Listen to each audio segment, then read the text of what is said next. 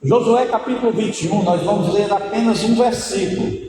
Este versículo é o último deste capítulo.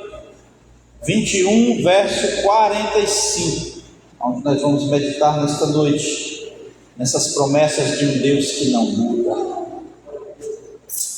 Diz assim o texto sagrado: nenhuma promessa falhou de todas as boas palavras que o Senhor falara à casa de Israel, tudo se cumpriu. Todas as promessas do Senhor se cumpriram. Pai eterno, aqui estamos para te louvar, Senhor. Aqui estamos para te render graças. Por isso, meu Deus, eu te peço que neste momento a tua palavra possa ser entronizada em nossos corações. Ajuda-nos a compreendê-la mais, e ela seja, Senhor, combustível para que nós possamos o adorar como tu és, Senhor. Faça-nos crer nas tuas promessas, aumente em nós a nossa fé, abençoa todos que aqui presente está. É o que te peço, já te agradeço, tudo no nome santo de Jesus. A igreja senta dizendo amém, louvado seja o Senhor. Meditaremos hoje no penhor da fidelidade do Senhor em nossas vidas. Esse penhor, essa chancela, isso que ele garante são as suas santas promessas. O texto de Josué, ele vai dizer isso. Na versão que lemos diz que nenhuma promessa falhou. Existem versões que mais didáticas, são até mais belas de ser lidas, que é a NAA, né? A Almeida atualizada, que diz assim: de todas boas promessas que o Senhor fizera à nação de Israel, nenhuma falhou, porque todas se cumpriram. Irmãos, nós sabemos que nós vivemos em tempos em que as palavras perderam peso. Contratos são quebrados, votos são esquecidos e a confiança torna-se rara. Esse é o período que estamos vivendo. Mas para o cristão verdadeiro, a promessa de Deus não é um talvez, pode ser que aconteça. Será que ele vai voltar? Não, não é um talvez. As promessas de Deus é uma âncora para a alma, firmada no caráter daquele que não pode mentir, como está lá em Hebreus 6,18, que já abordamos algumas noites atrás. Pregar sobre as promessas de Deus não é falar de um pensamento positivo. Creia neste Deus que vai acontecer. Não é isso. Não é para alegrar o seu coração porque Deus prometeu. Não é por isso. Não é só sobre isso. Falar dessas promessas é mais do que isso, porque o nosso Deus é aquele que sustenta todo o universo, e Ele sustenta com a palavra do seu poder. É a palavra do poder de Deus que sustenta esse universo. É porque Ele disse que aconteceria. Então nós cremos nisso, e é isso que faz e nos motiva a vir à casa de Deus, a adorar Ele um pouco mais, e a render-lhe graças, e a prestar-lhe culto. É isso que nos motiva a viver. Quando nós lemos aqui no verso 45 do capítulo 21 de Josué, nós percebemos que esse livro, irmãos, ele registra a transição do povo que estava saindo do deserto, que tinha sido liberto por mão poderosa de um Deus que não pode mentir, da opressão dos egípcios. E eles tinham sido libertos miraculosamente, milagrosamente, tinham atravessado o mar milagrosamente e estavam vivendo já há 40 anos naquele deserto também de forma milagrosa. E todos esses milagres ocorrendo ali naquele povo, naquela geração. O livro de Josué é escrito pós eles passarem para dentro da terra prometida, pós avançarem o Jordão. Então eles estavam ali conquistando as cidades, e Deus estava garantindo a eles aquilo que Ele tinha prometido. Era essa transição, era essa herança que eles estavam conseguindo, depois desses 40 anos de peregrinação, que só ocorreram por causa da incredulidade. E aí eu aprendo uma coisa: quando eu não creio fielmente em Deus e nas suas promessas, muitas vezes eu pago o preço do atraso da bênção na minha vida. Muitas vezes a bênção pode demorar 40 anos para chegar em minha vida, como demorou para estes. Por quê? Porque eu não criei, porque eu não acreditei fielmente, porque simplesmente eu disse: será, Senhor, que é assim? Nós precisamos aprender que nós fomos chamados por um Deus sobrenatural, nós fomos chamados por um Deus invisível, nós fomos chamados por um Deus criador de todas as coisas, que a Ele pertence de tudo, até a nossa própria vida. Então nós precisamos aprender a confiar nas promessas deste Deus. Para quê? Para que possamos viver em paz. Para quê? Para que possamos andar sobre as águas, para que possamos avançar um pouco mais, para que possamos desfrutar da bondade e das benesses que Ele pode nos dar, a partir do momento que nós simplesmente cremos fielmente nele. Esse é o princípio. Então eles passaram 40 anos, sofreram peregrinando ali no deserto por causa da incredulidade. Israel finalmente ele entra na terra prometida, cumprindo o que Deus anunciou séculos antes a Abraão, que disse que lhes daria uma terra, e Deus deu, porque o que ele prometeu ele cumpriu.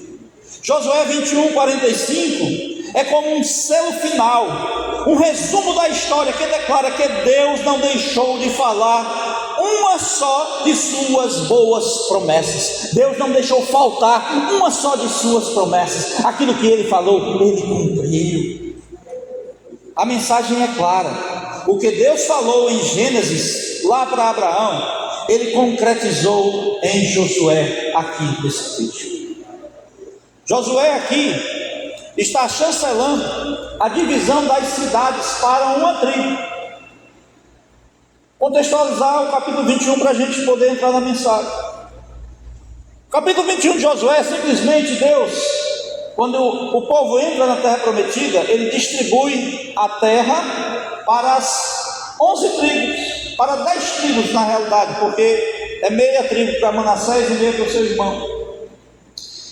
E o povo de Levi, que eram os cantores da casa de Deus, o pessoal da tribo de Levi, que eram aqueles que faziam os sacrifícios do templo, que eram responsáveis de limpar o templo, de organizar, porque era a tribo dos sacerdotes, descendentes de Arão. Eles ficaram sem terra, e eles questionaram a terra. E aí, e nós vamos ficar onde? Aí Deus vai e diz assim: não, vocês não vão ter uma terra só para vocês, mas eu vou distribuir algumas cidades das terras dos teus irmãos para vocês ficarem. E pasme, as 6 cidades refúgios que nós citamos algum momento atrás, algumas mensagens atrás, elas foram distribuídas para esses levitas. Eles tiveram posse dessas 6 cidades. O que é que Deus está me ensinando aqui? Que Deus ele prepara completamente a bênção. Ele estava dizendo o seguinte: olha, vocês não têm terra, mas eu vou garantir uma coisa a vocês: as 6 cidades para onde todo o povo que errar tem que correr para cima, tem que viver e habitar lá, eu vou dar para vocês. E aquilo que Deus prometeu, Ele cumpriu. E aqui simplesmente José está dizendo: nenhuma promessa falhou. Tudo aquilo que Deus tinha dito desde Gênesis está acontecendo. Ele estava simplesmente provando. Você está vendo? Você está vendo que Deus, aquilo que Ele prometeu, Ele cumpriu. Ele disse que nos tiraria e tirou. E Deus estava dando essas garantias. Então, dentro dessas garantias, nós abordaremos 3 pontos. Quando Deus ele diz que nenhuma dessas promessas falhou, o primeiro ponto que a gente observa aqui é que a natureza de Deus ela é imutável. Como a natureza de Deus é imutável, as suas promessas também são imutáveis. A natureza imutável das promessas é o ponto 1. As promessas de Deus, elas não oscilam com o mercado, elas não mudam com a política, elas não enfraquecem o nosso humor, porque as promessas de Deus são firmes. Elas estão apoiadas na imutabilidade do próprio Deus. Se Deus mudasse, suas promessas também mudariam. Mas Ele, irmãos, é o mesmo ontem, hoje e eternamente. Amém. Hebreus 6,18, que nós já falamos, declara que é impossível que Deus minta. Então, quando Ele promete, irmãos, pode ter absoluta certeza, Ele vai cumprir. Isso significa que a promessa dele é tão confiável quanto o próprio ser dele. O que é que eu quero dizer com isso? Se você no seu coração acredita que Deus existe, que Deus é real em sua vida, você precisa também acreditar da mesma forma que aquilo que Ele prometeu vai acontecer, porque está associado à sua palavra, é associado à sua pessoa, não muda. As coisas de Deus não mudam. Então, se uma única palavra de Deus falhasse, Ele deixaria de ser Deus, se tornaria como nós humanos, que hoje falamos e amanhã mudamos a nossa fala, que para não nos prejudicar por próprios erros nossos, nós alteramos a interpretação daquilo que falamos. Somos maleáveis, somos moldais, moldamos-nos ao contexto, muitas vezes, para evitar confusão, ou para fazer como Abraão, que entrou por uma vereda, por conta de uma fome, e mentiu para o rei, dizendo: não, esta mulher não é minha esposa, ela é minha irmã, para se livrar de uma coisa. Pequenas mentiras, achando que não vale nada. Mas eu quero lhe dizer que qualquer mentira pode lhe afastar das promessas imutáveis do nosso Deus. Tenha muito cuidado com isso. Então, se uma palavra falhasse, Ele deixaria de ser Deus, pois a sua glória está ligada à sua fidelidade. Imagine, irmãos, um farol. Vamos sempre voltar àquela analogia, porque a mensagem é um copinho. Ela é linkada a tudo aquilo que eu estava falando já no passado. Imagine um farol no meio de uma tempestade. As ondas levantam, o vento sopra, a neblina tenta esconder a luz e o seu barco começa a balançar. A analogia é muito próxima disso, mas tem um farol. O navio se move, é empurrado, chocalhado, quase desorientado. É como se fosse a nossa vida, sacudida para todo lado. Você está desorientado pelas nuvens, pelas coisas que ofuscam a nossa mente. Às vezes a nossa fé falha por causa disso. Mas um farol, que você vê às vezes a luz e às vezes é atormentado, mas o farol, irmãos, ele permanece no mesmo lugar, firme sobre a rocha. Você pode balançar, a sua fé pode titubear, o seu navio pode até virar ao contrário, você caminhar para outro lado, mas eu quero lhe dizer que a luz da justiça, que é o farol de Deus, Jesus Cristo, Ele vai continuar apontando o caminho e vai continuar te dando noção para onde o seu barco deve migrar, para onde o seu barco deve navegar, para lhe dar segurança. Esse navio ele pode ser empurrado, as rochas podem se aproximar, mas o farol continuará iluminando para que você não bata em nenhuma dessas rochas, se você estiver focado, prestando atenção aonde está esse farol. Assim, irmãos, são as promessas de Deus. A nossa vida pode balançar, mas a referência da sua palavra permanece imóvel e não mudará. Então o que é que eu quero dizer com isso? Se tua vida está balançando, se você está com a sua fé fragilizada, sabe onde é que está o farol? Nas suas mãos. A palavra de Deus vai ser o farol que vai lhe guiar para as promessas do Senhor. A palavra de Deus vai lhe dar a segurança que você precisa. A palavra de Deus tem o poder de aumentar a sua fé. Então não abandone a palavra do Senhor, porque ela é tão imutável quanto é o nosso próprio Deus. Então, irmãos, nós precisamos entender o seguinte: Deus não muda de direção quando o vento muda de rumo. Suas promessas não são folhas levadas pela tempestade, mas as suas promessas são rochas eternas cravadas no caráter de um Deus que não sabe retroceder e nem falhar. Nosso Deus é a nossa garantia. O mundo não tem garantia. Os budistas não têm garantia nas palavras de Siddhartha Gautama, o Buda. Os testemunhos de Jeová não têm garantia nas palavras de Charles Taze Russell. É tanto que eles mudaram demais as suas doutrinas e as suas regras, porque as palavras dos homens são maleáveis, as palavras dos homens mudam, mas a palavra de Deus jamais passará. A nossa garantia está com o nosso Rei, a nossa garantia está com o nosso Deus, a nossa garantia está em Jesus Cristo, o Senhor e Salvador de nossas vidas. Então este Deus não pode falhar. Entendendo que este Deus não pode falhar, precisamos entender a imutabilidade do Senhor. Como esse Deus que não falha é imutável? Vamos tentar entender um pouquinho o que significa, irmãos, esse Deus imutável. O que é isso? Essa imutabilidade quer dizer que Deus não sofre mudança alguma em sua essência.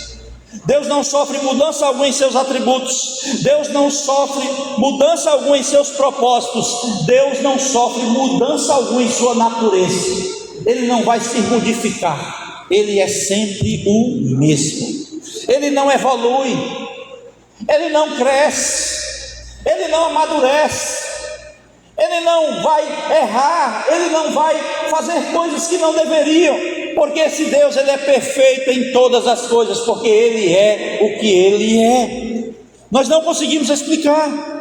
Ele não vai se desenvolver, ele não perde e nem adquire novas qualidades, porque já é plenamente perfeito e completo em si mesmo. Esse é o nosso Deus.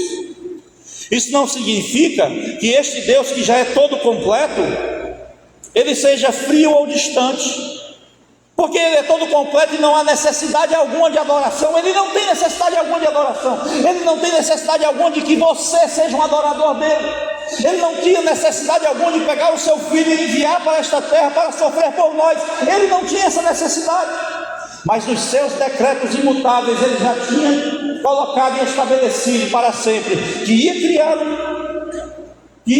um homem, que ia criar esses seres adoradores. E Deus, sabendo na sua onisciência que esse povo cairia, ele já cria um plano de salvação. E entenda uma coisa: este Deus que cria o plano de salvação, ele cumpre o plano de salvação até o fim. Ele não muda. Entendendo dessa imutabilidade, nós sabemos que ele não é frio e distante, mas que sua fidelidade, sua justiça, o seu amor, a sua santidade, a sua sabedoria são constantes e são confiáveis, não sujeitos a variações como a dos sentimentos humanos. O seu irmão, a sua mãe, o seu pai, o seu cônjuge, eles podem mudar de humor. Eles podem um dia estar declarando amor eterno a você e no outro dia querer tocar fogo em sua vida, irado, iracundo. Mas eu quero lhe dizer que o nosso Deus não muda por conta das nossas falhas. Não é porque você o entristeceu com seus pecados, com seus delitos, com seu abandono de fé, com a sua mediocridade na adoração, naquelas orações pequenas que você faz antes de dormir, ou naqueles pede como um mendigo toda hora pedindo a ele, não sabe ajoelhar-se sem ser pedir. Ele sabe de todas essas coisas, mas mesmo assim o nosso Deus não muda um milímetro, e ele está sempre apto a ouvir os seus adoradores e disponível a nos perdoar. Isso é que é maravilhoso. Esse Deus sempre está disponível a nos perdoar. Então, qual é a base bíblica para a imutabilidade? Aonde é que você pode provar, pregador, que a imutabilidade de Deus existe? Que você está afirmando aí que é imutável este Deus? Aí nós vamos ler alguns textos para que você entenda que este Deus é maravilhoso e imutável. A Bíblia afirma claramente que Deus não muda. Aonde? Malaquias 3,6, que diz assim: porque eu, o Senhor, não mudo, por isso vós, filhos de Jacó, não sois consumidos.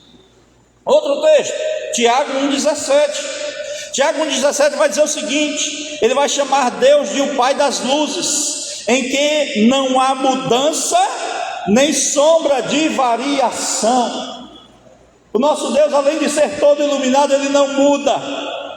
Outro texto, Hebreus 13,8, que diz assim: Jesus Cristo é o mesmo ontem, hoje e eternamente. E Jesus Cristo é o nosso Deus.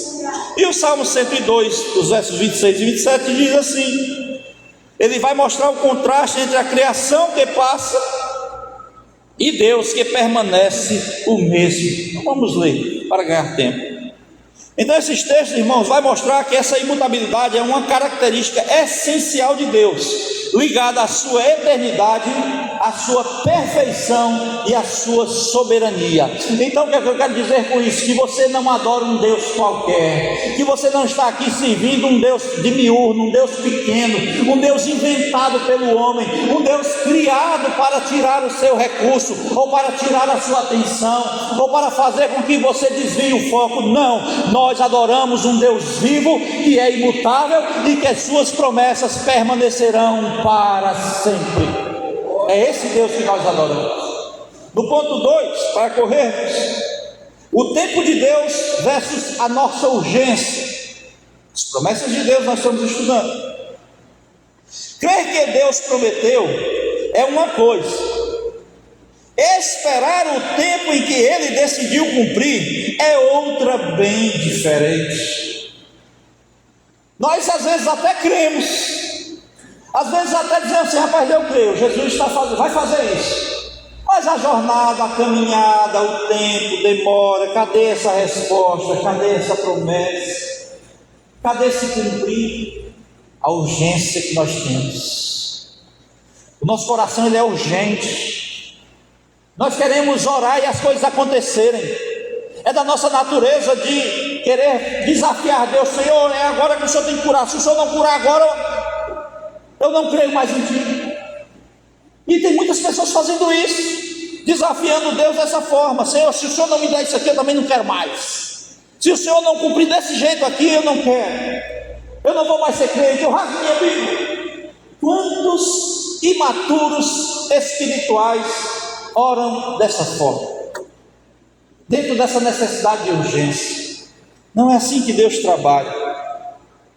E a pergunta é: sabendo e entendendo que as promessas dele não falham, você é capaz de esperar as promessas do Senhor? Você ainda está esperando essas promessas? A promessa muitas vezes passa pelo corredor da espera, porque é ali que a nossa fé é refinada. É na espera que Deus prova o nosso caráter, não o caráter dele, não a sua imutabilidade. Não, Ele prova o nosso, a nossa resiliência de aprender a receber, de esperar para aprender a receber. É ali que Deus está nos provando. Ao olhar para a Escritura, nós percebemos que essa espera nunca foi um sinal de abandono de Deus. Nunca foi. Mas é um propósito.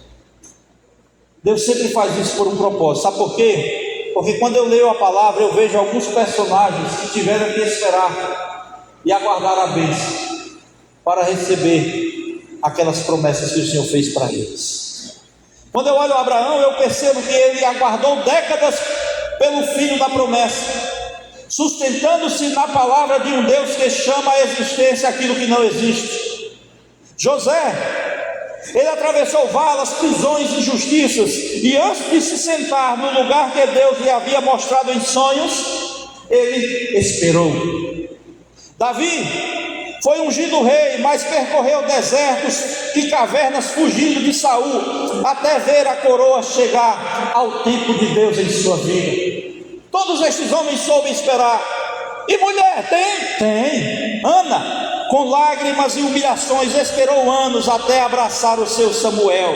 Prova viva de que um ventre que o mundo chamava de estéril, Deus chama de altar de milagres.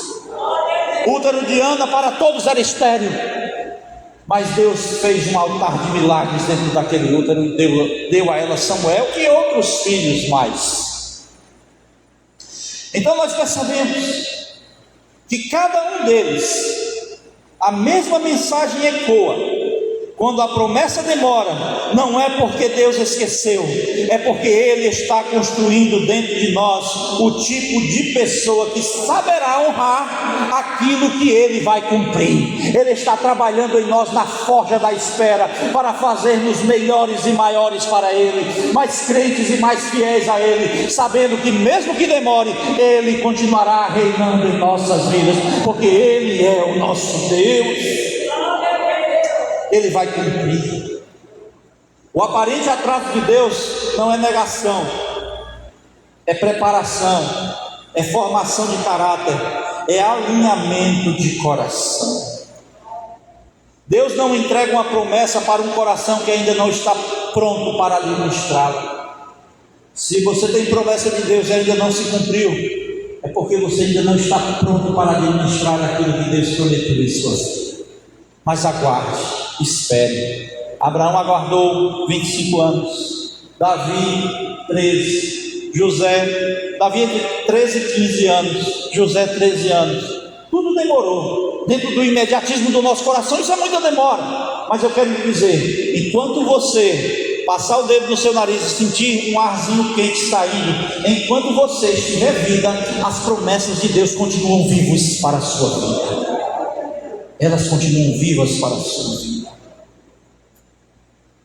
Então entenda esse princípio. O tempo, irmãos,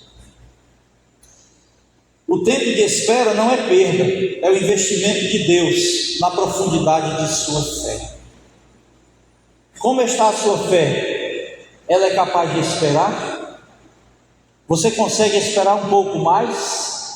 Você consegue entender que Deus ainda está trabalhando no seu ser para lhe abençoar ainda mais? Muitas vezes a gente está pedindo dons, clamando dons, e sacrificando por dons, jejuando em prol de dons, e esperando, e Ele não entrega. Por quê? Porque ainda não chegou o tempo certo de você saber administrar esse dom.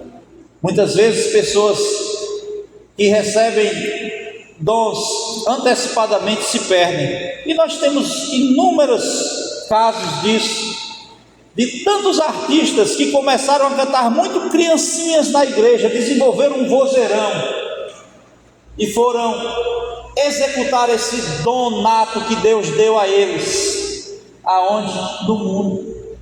Conhecemos muitos, o Dinho do Mamonas Assassina, a Marília Mendonça, o Elvis Presley. E aí você vai, é uma gama de artistas que foram forjados na casa de Deus, adorando a este Deus desde criança, mas que desenvolveram precocemente, sem maturidade, foram para longe do Senhor, cantar com suas vozes para aquilo que não deveria ser cantado, que é o homem. Nós fomos chamados, salvos, limpos, purificados para cantar apenas para um que merece toda a honra e toda a glória, para o nosso Deus. O ponto 3, estamos acelerando aqui, o sim e o amém de Cristo. Quando nós aprendemos a esperar, quando nós confiamos na promessa, esse é o sentido, é o caminho que a mensagem está levando. Aprenda a esperar, confie na promessa, aí você vai desfrutar do ponto 3, o sim e o amém de Cristo. Muitos correm atrás das promessas, mas esquecem-se do prometedor. Querem a herança, mas ignoram o herdeiro. Deus, irmãos, não prometeu só bens. Aí eu quero trazer aqui algumas reflexões para nós.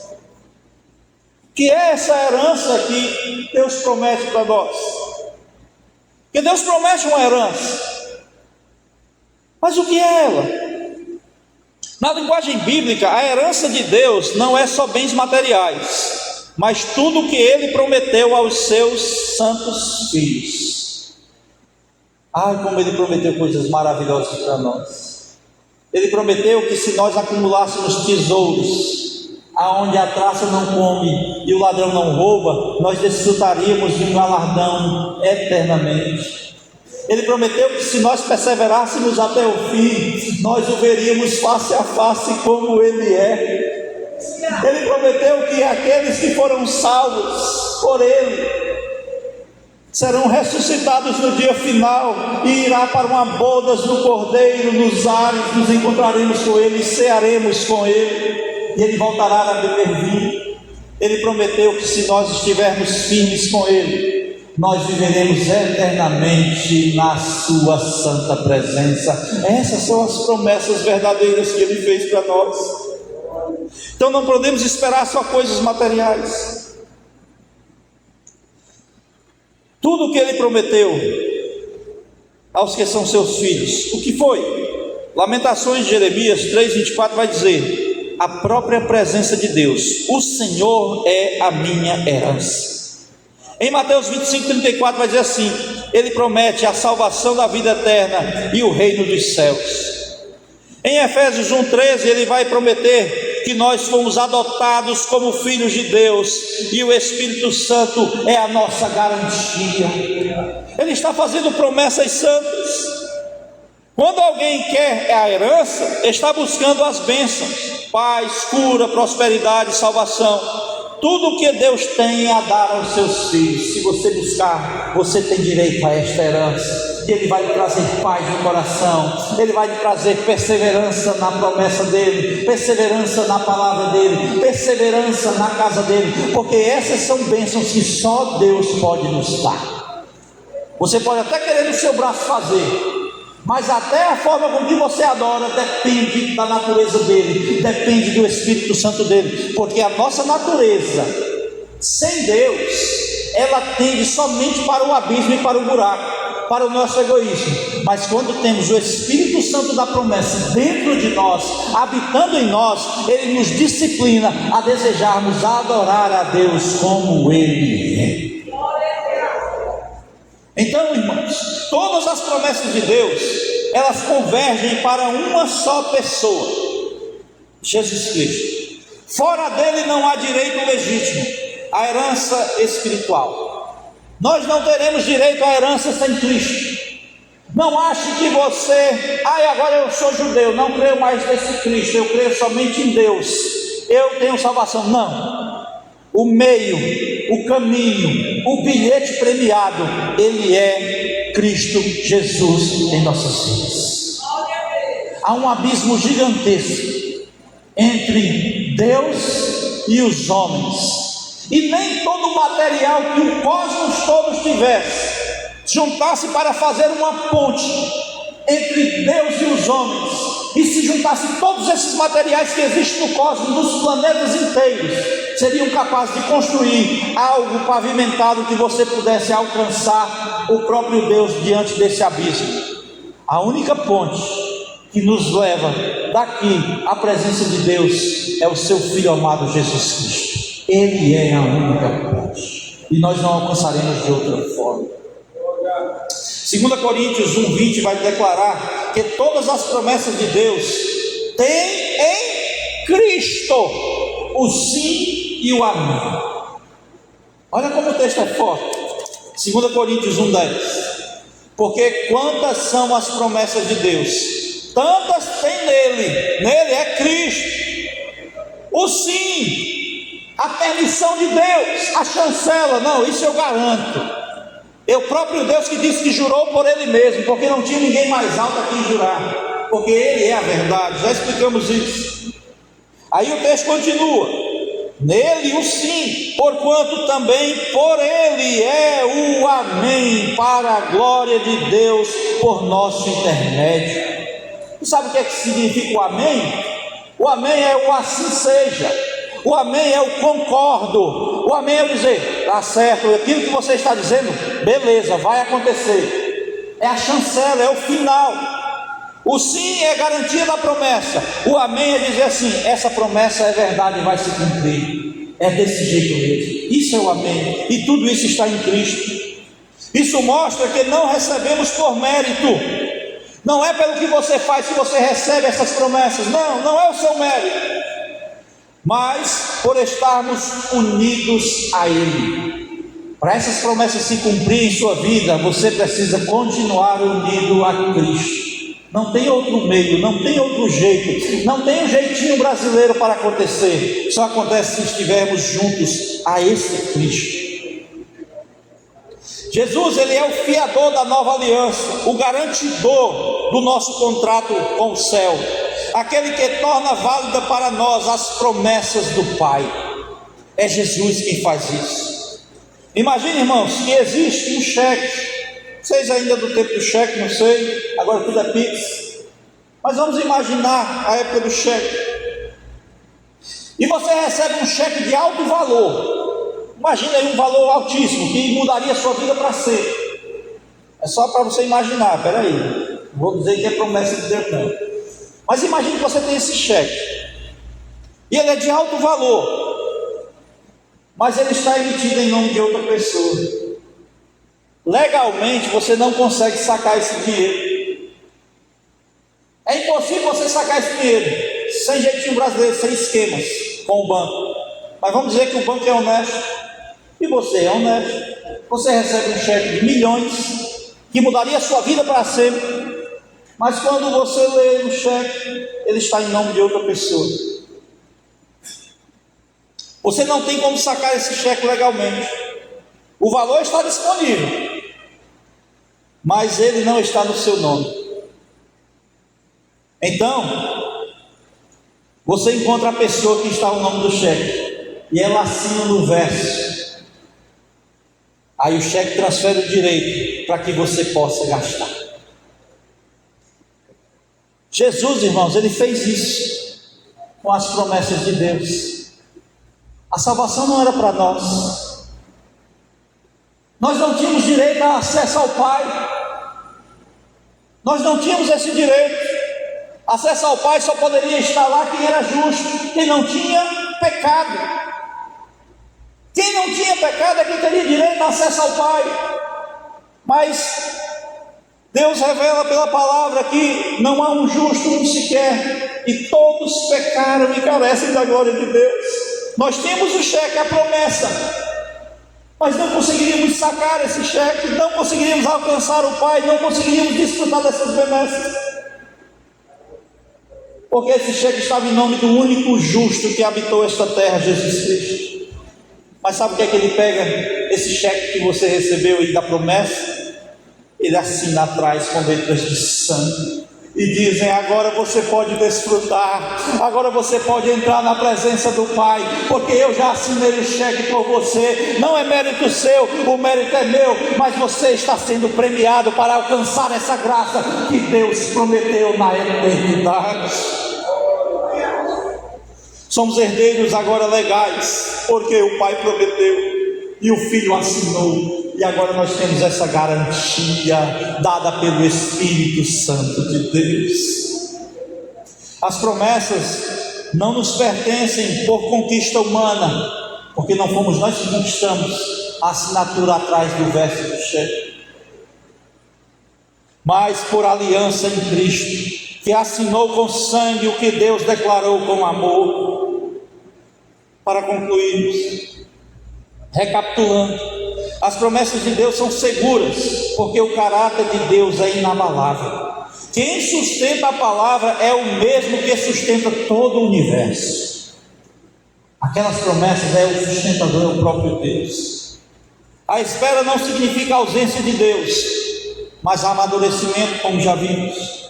É a escola onde a fé deixa de ser teoria e se torna experiência, se torna prática.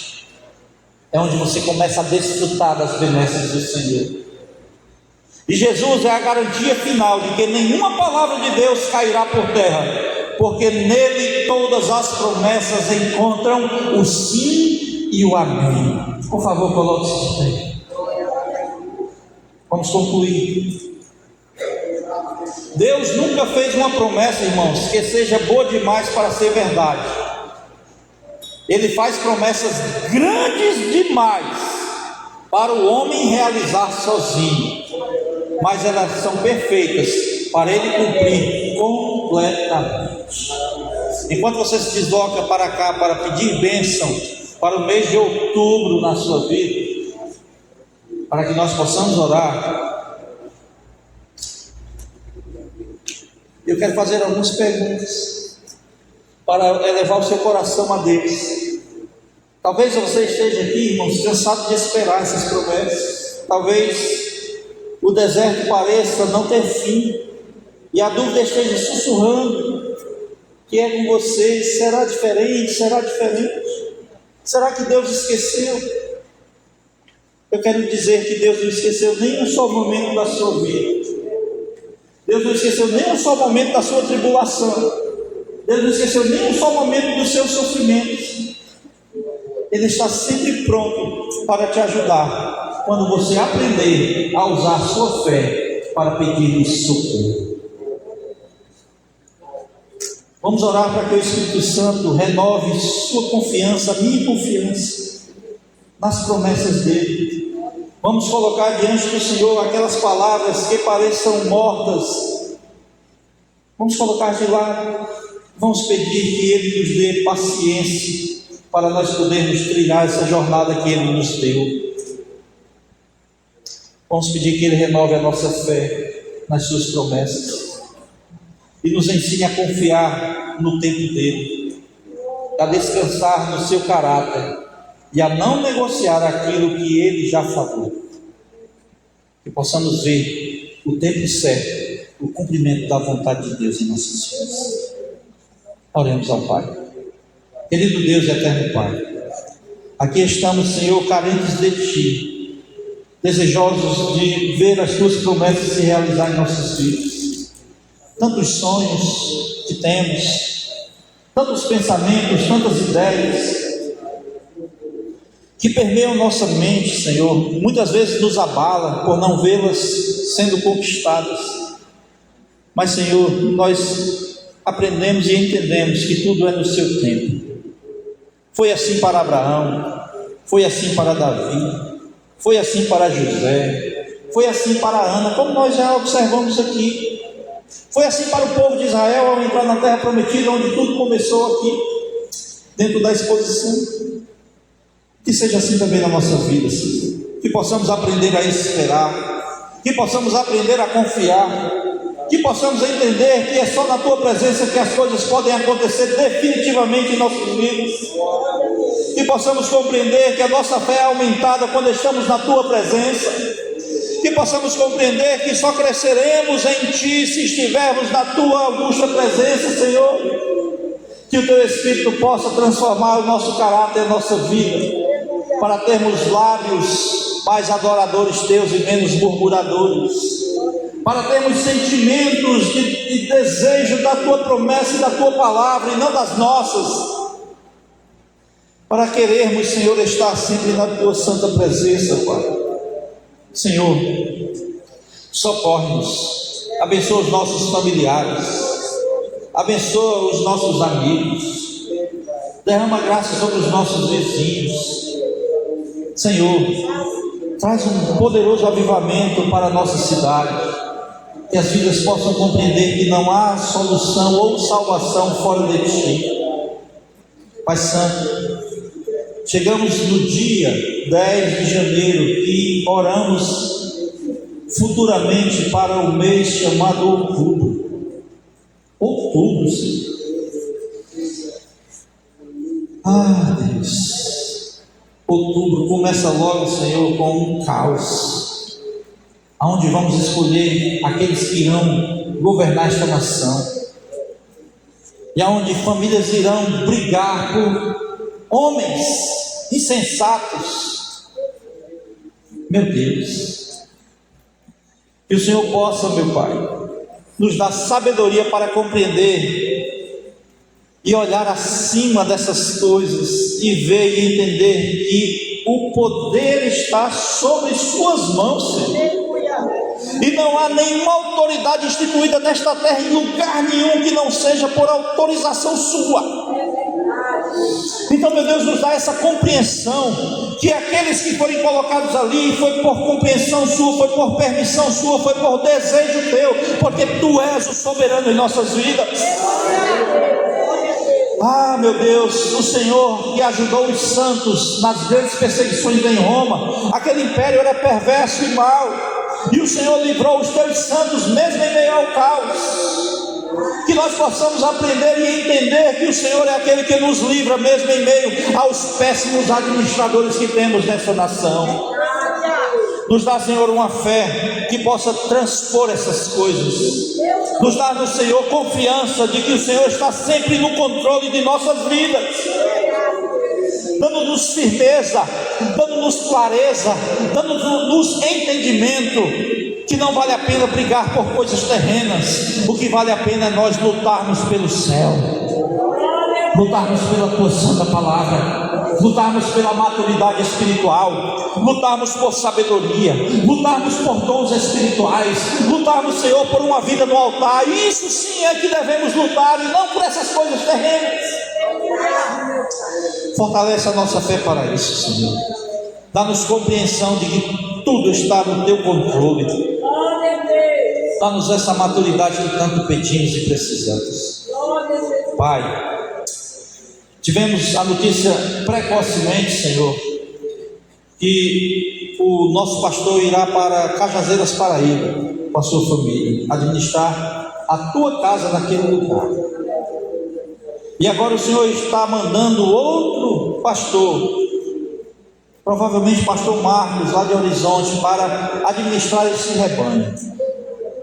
Senhor, eu quero suplicar, ser com ambos, ser com o nosso pastor Geazi, que deixará saudade indo ali para outro campo, conhecer novas ovelhas, administrar novas ovelhas, como dá também, Senhor, graça e sabedoria àquele que está vindo pastorear nossas vidas, nossas famílias, nossa cidade. Senhor, que ambos sejam abençoados por Ti poderosamente. Homens de Deus estão ali reunidos agora, Senhor, clamando por estes, orando por eles, e queremos fazer coro aqui com aquilo que eles estão orando ali. Abençoa, Senhor, poderosamente. Dá sabedoria, dá temor, dá, Senhor, bênçãos sobrenaturais sobre a vida destes homens que o Senhor escolheste para administrar a tua casa. Semelhantemente, abençoa suas esposas, seus filhos, seus familiares, e nos abençoa para aprendermos a receber as bênçãos que o Senhor tem a nos dar. Nos ajuda a aprender a abrir mão de algumas coisas, para que o Senhor possa engrandecer-nos em outras. Senhor, dá-nos sabedoria, que a língua do murmúrio seja arrancada de nós, e que possamos ter apenas gratidão, entendendo que o Senhor está no controle da sua noiva. Pai Santo, tenha misericórdia de nós, derrama a sua graça sobre a vida de cada presente aqui, e estenda essa bênção para os seus familiares. Senhor, o que eu te peço, aviva a tua noiva neste tempo, de uma forma poderosa, para que possamos desejar mais da tua palavra, da tua presença e da tua casa. É o que te peço, já te agradeço, em nome de Jesus. A igreja concorda, ela diz: amém, louvado seja o Senhor. Aplauda o Senhor e volte para o seu lugar.